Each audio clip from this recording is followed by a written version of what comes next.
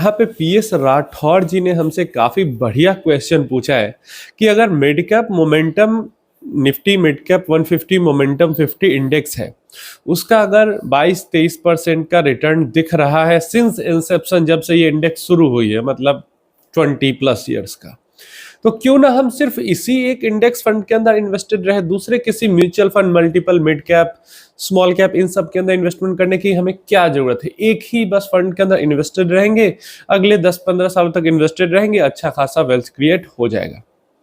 देखिए प्रॉब्लम क्या है इस चीज के साथ, वो हम समझ लेते हैं कि सिंगल इस फंड के अंदर इन्वेस्टमेंट अगर हम करके रखते हैं तो प्रॉब्लम क्या है।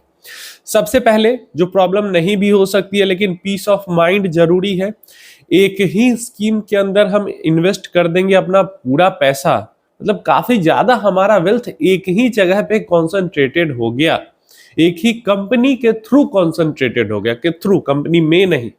ठीक है, मान लो अगर हम मोतीलाल के इस स्कीम में इन्वेस्ट करते हैं तो मेरा पूरा पैसा सिर्फ मोतीलाल मैनेज कर रही है, जो कि थोड़ा सा पीस ऑफ माइंड के लिए सही नहीं है। तो पहला प्रॉब्लम तो यहीं पे निकल के आ जा रहा है।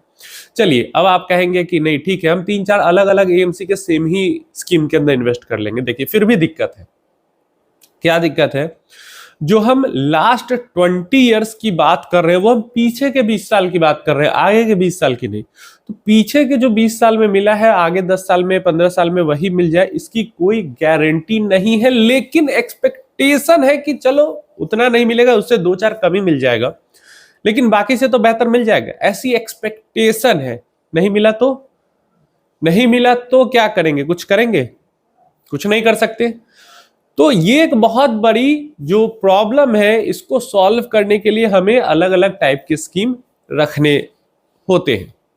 जैसे ठीक है, इसका पास्ट परफॉर्मेंस 20 इयर्स का बहुत बढ़िया है, ये मोमेंटम स्ट्रेटजी पे बेस्ड है, तो एक हमारा मोमेंटम स्ट्रेटजी वाला मिड कैप कैटेगरी का ये फंड हो गया जिसका भविष्य बहुत ज्यादा उज्जवल दिखता है। और कोई नहीं, एक ही पे हम अपने अगले 15 साल का दाव एक ही घोड़े पे लगा देंगे क्या? ऐसा नहीं करेंगे ना। तो इसलिए अगर मिड कैप कैटेगरी में कोई हमें अच्छी स्कीम दिख रही है एक्टिवली मैनेज्ड, जरूर हम उसको देख सकते हैं। अगर हमें स्मॉल कैप कैटेगरी में कोई अच्छी स्कीम एक्टिवली मैनेज्ड दिख रही है तो जरूर हम उसको देख सकते हैं। क्लियर है? अगर हमें ओवरऑल लाइक 500 यूनिवर्स पे कोई बहुत तगड़ा स्कीम वैसा दिख जा रहा है तो जरूर हम उसको देख सकते हैं। तो अपने गोल के अकॉर्डिंग, होल्डिंग पीरियड के अकॉर्डिंग कोई बढ़िया फंड दिख रहा है तो हमें देखना चाहिए, एक ही फंड के ऊपर डिपेंडेंट नहीं रहना चाहिए। Multiple mid cap small cap scheme like 3-4 scheme रखने का अगर और कुछ नहीं है तो उसका बेस लॉजिक यही है कि एक दो भी उसमें से बढ़िया चल जाए तो हमारा जो वेल्थ क्रिएशन है वो बहुत बढ़िया हो सकता है। कौन सा चलेगा किसी को नहीं पता, लेकिन अब 3 ले रहे हैं तो इतना तो हम कह ही सकते हैं कि 3 में से एक तो चले, कम से कम 30% तो ठीक ठाक हो। क्या जो चलेगा वो इतना चलेगा कि फिर वो बहुत बढ़िया चल जाएगा। तो इसलिए 3 फंड्स वाली जो स्ट्रैटेजी होती है वो बहुत बढ़िया होती है। और वैल्यू रिसर्च ने एक किया था, रिसर्च रिपोर्ट निकाला था कि एक फंड या 2 फंड या फिर ऊपर जाते हैं तो 4-5-6 फंड, सबसे बेहतर जो रिजल्ट मिला था उस रिसर्च के अंदर वो 3 फंड वाली स्ट्रेटजी को मिला था, 3 म्यूचुअल फंड स्कीम्स वाली स्ट्रेटजी को मिला था। तो इसलिए 2 to 3 तो कम से कम फंड्स आपको रखने चाहिए, एक ही फंड पे डिपेंडेंट नहीं होना चाहिए। अगर अलग अलग गोल है तो अलग अलग गोल के लिए अलग अलग फंड रख लो, अगर एक ही गोल है सिर्फ तो उसी के लिए 2-3 फंड्स रख लो, लेकिन इतना रखना बेटर ऑप्शन होगा, क्योंकि कभी भी एक घोड़े के ऊपर पूरा जिंदगी का दाव लगाना उचित नहीं है। समझ रहे हो ना? वो एक बस एक स्ट्रेटजी है, एक इंडेक्स फंड स्ट्रेटजी वाला है, समझ रहे हो? एक्टिव भी थोड़ा चाहिए सामान, और पैसिव में भी और भी पैसिव हो सकते हैं, जो कि उम्मीद है, जैसे मान लो अगले, ऐसा भी हो सकता है कि अगले 15 सालों में माइक्रो कैप इंडेक्स बढ़िया कर जाए, ऐसा भी हो सकता है। तो बाद में पछताने से, 15 साल बाद पछताने से अच्छा है कि ठीक है ना, थोड़ा थोड़ा सब जगह डाल दिया तो कोई जो ग्रो करेगा उसी का फायदा मिलेगा। उम्मीद है इन्फॉर्मेशन ये हेल्पफुल होगी। एक यहाँ पे हमारे पास व्यूअर है और काफी इंटरेस्टिंग क्वेश्चन है इनका। इनके पोर्टफोलियो में एट प्रेजेंट 5 स्मॉल कैप्स है एंड 2 मिड कैप्स है एंड 1 फ्लेक्सी कैप है। और अच्छा ये बैलेंस बना के पिछले 6 साल से इन्वेस्टमेंट कर रहे हैं। सवाल इनका ये है कि ये जैसे बंधन, एचडीएफसी, एसबीआई, ये सब स्मॉल कैप है पहले से, इसके अलावा एक फंड है क्वांट इनके पोर्टफोलियो के अंदर। तो ये चाहते हैं कि क्वांट को हम हटा दें और पूछ रहे हैं क्वांट की जगह हम कौन सा ले ले, कोई दूसरा स्मॉल कैप ले ले या मोतीलाल का माइक्रो कैप इंडेक्स फंड ले ले, समझ रहे हो? तो ये पूछ रहे हैं।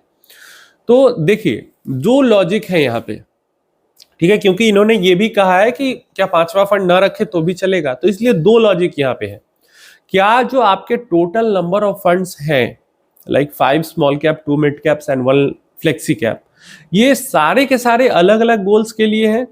क्या आपके 5 लॉन्ग टर्म गोल्स हैं?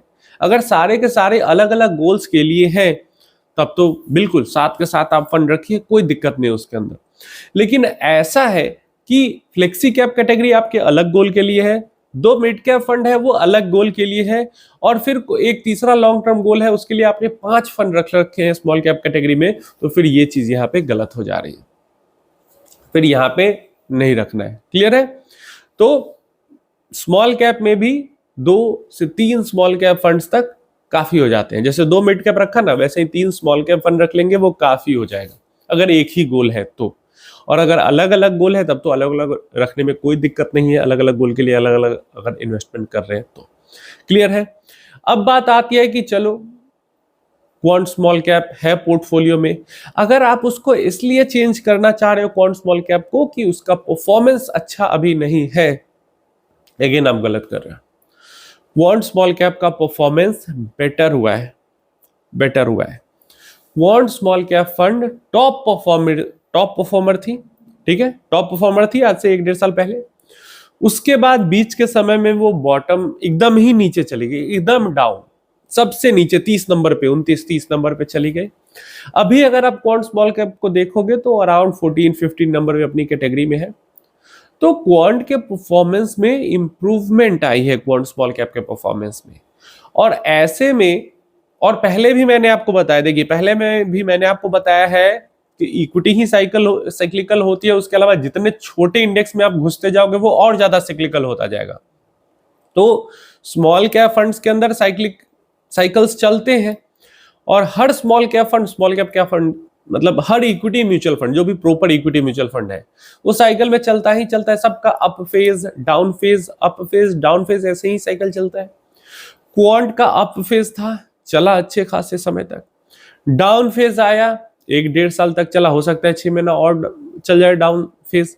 और ये जो अभी मिड फेज चल रहा है इसका, इसको भी मैं मान रहा हूं कि ये डाउन फेज में ही है, तो अभी इसका डाउन फेज ही चल रहा है।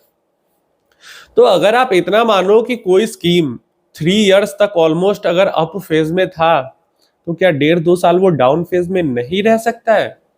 हाँ, क्या गारंटी है इसकी कि डाउन फेज के बाद अप फेज आएगा ही, या फिर ये बॉटम पे ही रह जाएगा हमेशा के लिए? तो एक तो ये चीज है कि अभी बॉटम पे नहीं है, बॉटम पे गया था, अभी बीच में है, मिड में है सारे फंड्स पे। तो एक तो ये चीज है, और दूसरी चीज ये है कि इक्विटी के अंदर किसी चीज की गारंटी होती नहीं है।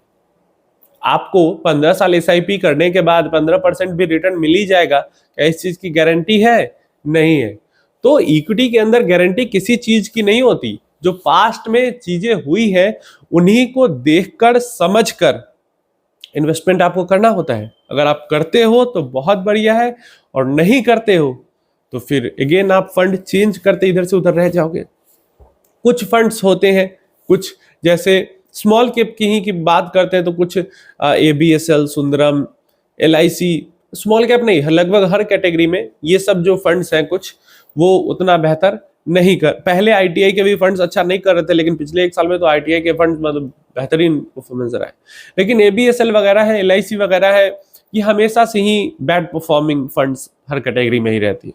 तो जो लंबे समय से ही बुरा कर रहा है उसको तो छोड़ ही दो, लेकिन जो साइकिल्स में चल रहे हैं उनको आपको समझना होगा, और जितनी जल्दी समझोगे उतनी आसान जिंदगी होगी, जितनी लेट से समझोगे उतनी मुश्किल जिंदगी होगी।